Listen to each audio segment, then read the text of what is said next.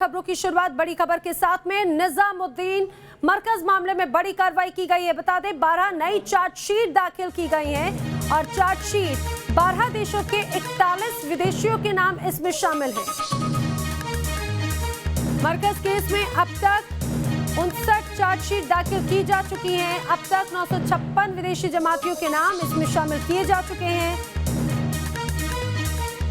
और अब जो नई चार्जशीट दाखिल की गई हैं उनमें भी करीब 41 ऐसे नाम हैं जो विदेशियों के शामिल हैं। एक के बाद एक कार्रवाई लगातार की जा रही है। कहा जा सकता है कि मुश्किल बढ़ेगी मौलाना साद की, क्योंकि अब जो चार्जशीट दाखिल की गई है उसमें कई और भी नाम शामिल किए गए हैं।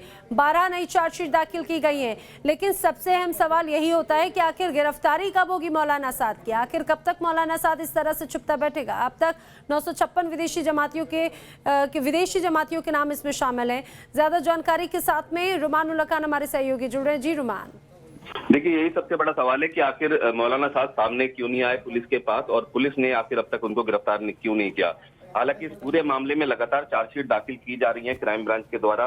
अब ये फ्रेश चार्जशीट और दाखिल की जा रही है। इससे पहले भी 47 चार्जशीट 915 विदेशी नागरिकों के खिलाफ जो जमाती थे वो दाखिल की गई हैं, जो कि वायलेशन ऑफ वीजा रूल और गवर्नमेंट की गाइडलाइन जो कि एपिडेमिक डिजीज एक्ट के खिलाफ थी और साथ ही डिजास्टर मैनेजमेंट एक्ट के वायलेशन के अलावा और 144 धारा के उल्लंघन और तमाम दूसरे निग्लिजेंस की धाराओं में ये पूरी चार्जशीट दाखिल की गई थी। अब इसमें और चार्जशीट दाखिल की जा रही हैं।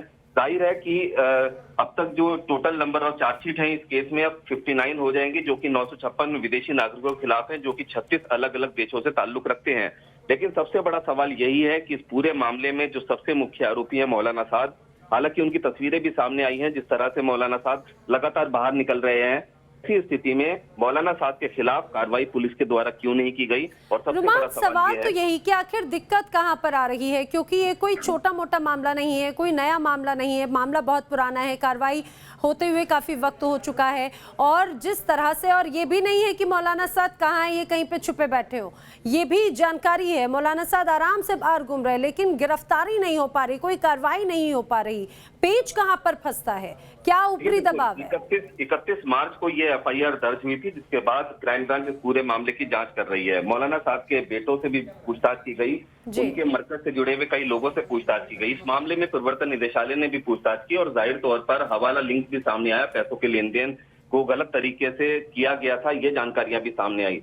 ऐसी स्थिति में सबसे बड़ा सवाल यही उठता है कि आखिर पुलिस के सामने ऐसी क्या मजबूरी है कि वो इस मामले में विदेशी जो ये तमाम जो जमाती हैं इनके खिलाफ चार्जशीट कर खाना पूर्ति करती दिख रही है। मौलाना साद भी खुद सामने नहीं आए पुलिस के, और दूसरी बात यह है कि पुलिस ने भी मौलाना साद को 41 सीआरपीसी के तहत पूछताछ का नोटिस तक जारी नहीं किया। ऐसी स्थिति में सबसे बड़ा सवाल यही है कि आखिर इस मामले के मुख्य जो आरोपी हैं, सूत्रधार हैं मौलाना साद, उनके खिलाफ आखिर कार्रवाई पुलिस क्यों नहीं कर रही है और अगर कार्रवाई होगी तो वो कब होगी। बिल्कुल रुमान, जानकारी के लिए आपका शुक्रिया। तो मौलाना साद की कब गिरफ्तारी होगी, कब कार्रवाई की जाएगी, पुलिस को इसका जवाब देना है। कार्रवाई करने की बात तो कही जाती है, लेकिन कार्रवाई कब होगी। फिलहाल अभी 12 नई जो चार्जशीट है वो दाखिल की गई है निजामुद्दीन मरकज मामले में।